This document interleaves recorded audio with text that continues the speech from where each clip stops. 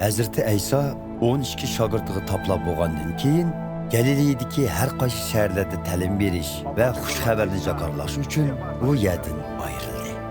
Zindondagi Yahyo payg'ambar İsa Masihning qilgan ishlarini anglab, shogirdlarini avatib, ular orqali Hazrati İsa'dan Xudo bizga avatmoqchi bo'lgan qutqizuvchi sizmi yoki boshqa birisi kelamdi deb so'radi.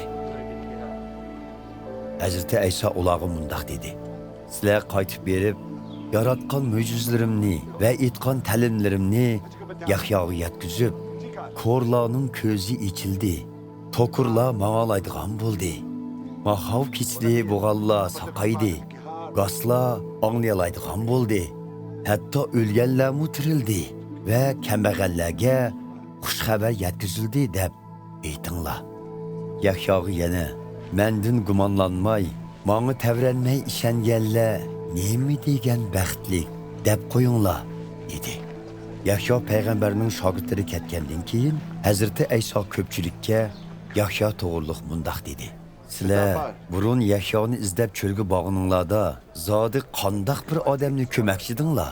Maydonni shamolda yalpinib turgan, qo'mushdak tavrinib turadigan bir yaxshi chaqnimi?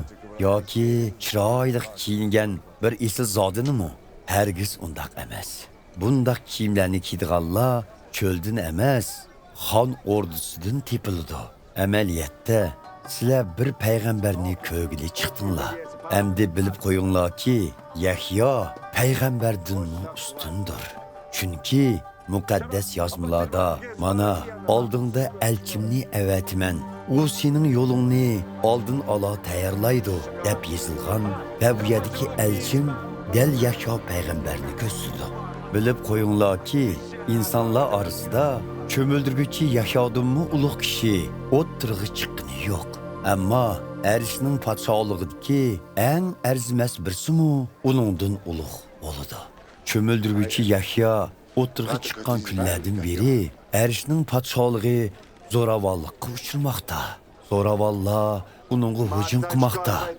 Xudoning podshohligi to'g'risida Yahyo payg'ambarning zamonigacha bo'lgan barliq payg'ambarlarning ta'limlarida shundoqla Tavratda oldin oladin bishorat berilgan.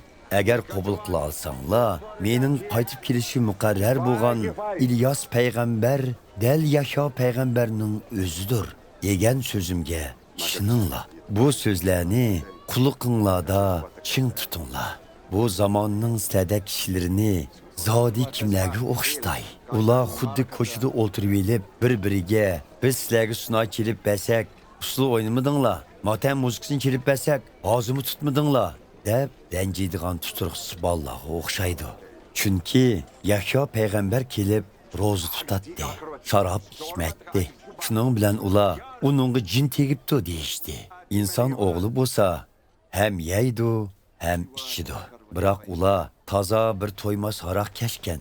U bojgir va boshqa gunohkorlarning do'sti deyishidi. Bilib qo'yinglarki, hikmat bergan mevasi bilan toniladi. Ondan Hazreti İsa o'zi nurg'un mo'jizalarni ko'rsatgan shaharlardagi to'g'ri qilmaganlarni ayblab mundaq dedi: "Halinglarga voy, ey qo'razinliklar! Halinglarga voy, ey baysodilliklar! Sizlar uchun yaratgan mo'jizalarimni Tir va Sidon degan yatlar shaharlarida yaratgan bo'lsam, u yerlardagi xalq burunli mayishlangan holda matoga yugunib, kulgi milinib, gunohlariga tavba qilgan bo'ladi.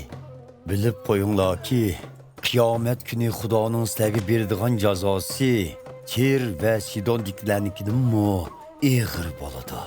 Ey Kapernaumliklar, osmonga chiqmoqchimidinglar?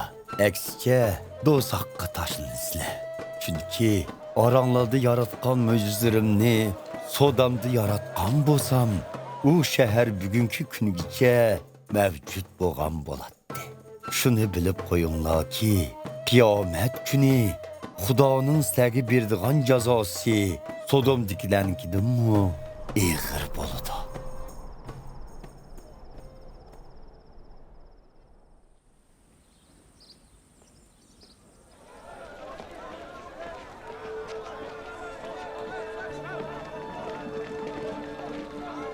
Shuningdan keyin Hazreti Ayso mundaq dedi. Bütün olamning egisi bo'lgan ey ota, sen bu haqiqatlarni o'zini aqlli, bilimli chaqlaydigan kishilardan yoshirib, kichik bolalardek sabiy kishilarga oshkorlaganliging uchun sana madhiyalar o'qiyman.